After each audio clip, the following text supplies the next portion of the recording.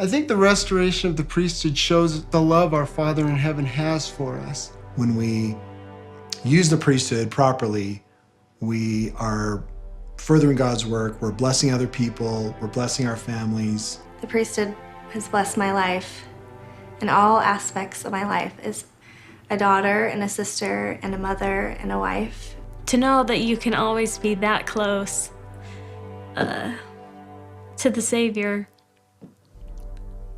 just brings heaven into your home.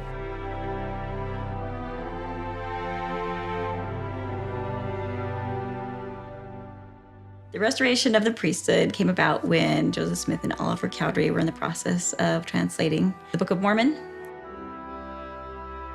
They came upon a passage from the Book of Mormon talking about baptism and about the necessity for proper authority when someone's baptized. And Oliver asked Joseph, what is this authority?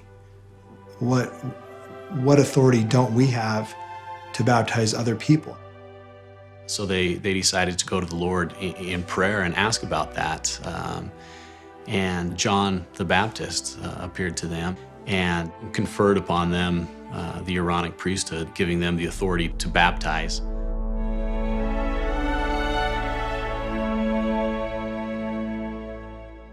And shortly after that, he was visited by Peter, James, and John, and they gave him the Melchizedek priesthood, which is a higher priesthood to perform other ordinances